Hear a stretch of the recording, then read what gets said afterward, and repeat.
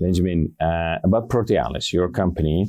Can you share a bit what was the vision behind founding Protealis, and how would you say does your company stand apart from the other competitors? Simply put, the vision of Protealis was to enable more legumes, protein crops to be grown in Europe. And fundamentally, that's based on 4 pillars where we saw an opportunity space. One of them is sustainability, because I think our global protein supply chain is heavily flawed. We're just deforesting South America to then produce protein crops. We double the carbon footprint by shipping it halfway across the globe. And then we end up with nitrogen problems here in our soils because we use it in the least efficient way, mainly as an animal feed rather than using it as food for humans. So there, local production of protein crops would be definitely very relevant. Second is geopolitics. I think ever since the invasion of Ukraine, Europe has been very attentively looking at their supply chain. And in Europe, we're 70% dependent on import. 70%? 70% dependent on protein of import of protein. So that's a basic element of human food where if someone is going to squeeze on our supply chain, we could really be hurt as Europe. So that's also the reason why there's a lot of incentives now from the European Commission to grow more protein crops locally. A third one is farmers. We're always working in the interest of farmers, of course, in this industry, and giving them here an opportunity to diversify, get a different crop in their crop rotation. We see a lot of issues, for example, with canola ever since the neonicotinoid ban. So farmers are also looking for alternative break crops that are more sustainable. And I think here legumes with their natural way of fixing nitrogen are actually, and regenerative capacities for their soils are an excellent crop of choice. And the last one is enabling also the future of food, because I think in the end we will have to go one way or another into a diet that is a bit more plant-based in terms of protein supply chain. I don't think that we all need to become vegetarians for that matter, but at least we will have to have some sort of a shift. And companies in that area are typically having a harder time sourcing protein from a global market because it's all GM, and in Europe GM is not allowed. So I think that's the opportunity space, the vision in that we wanted to do something in that space. Where are we then different from other companies? I think in our focus. We really focus on these legume crops. So this is not a second tier product range for us. Second difference is we focus both on the seeds and the inoculum. So the inoculum, the bacteria that do the nitrogen fixation and symbiosis for the plant. Because we feel that this is really a system where things need to go hand in hand, and we can get better yields, better protein contents if we have an integrated solution there. And maybe last but not least, it's technology. I have a background in developing these breeding technologies in bigger companies. And what you then see is that it's often very hard to implement because there's already an established breeding program and it has a reputation, and there's a lot of resistance to change.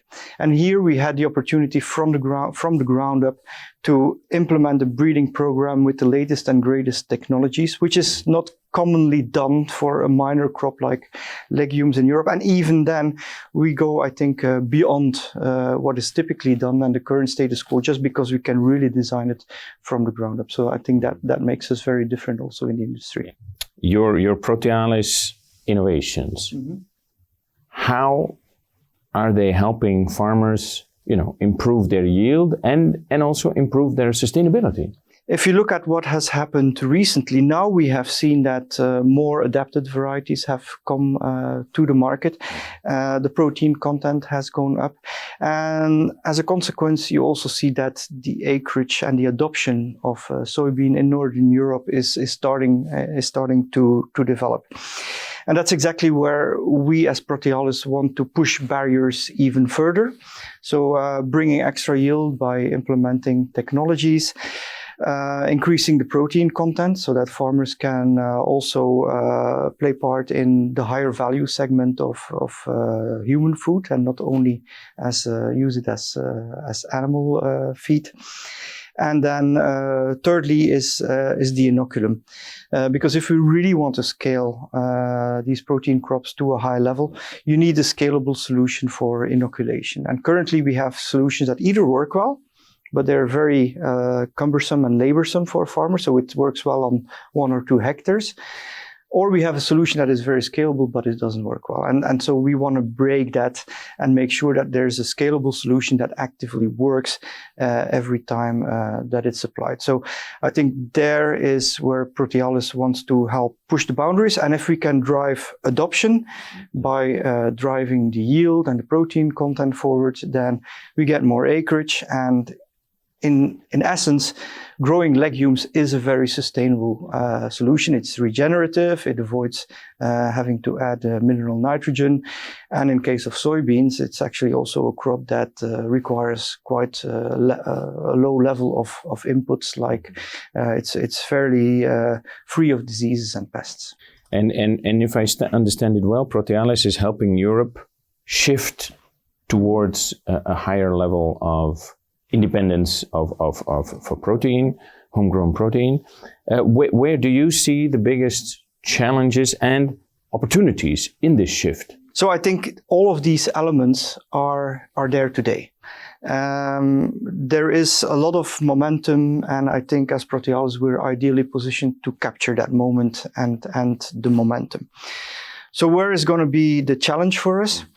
Well, I think if we look at, we started as a pure R&D company, like many startup companies.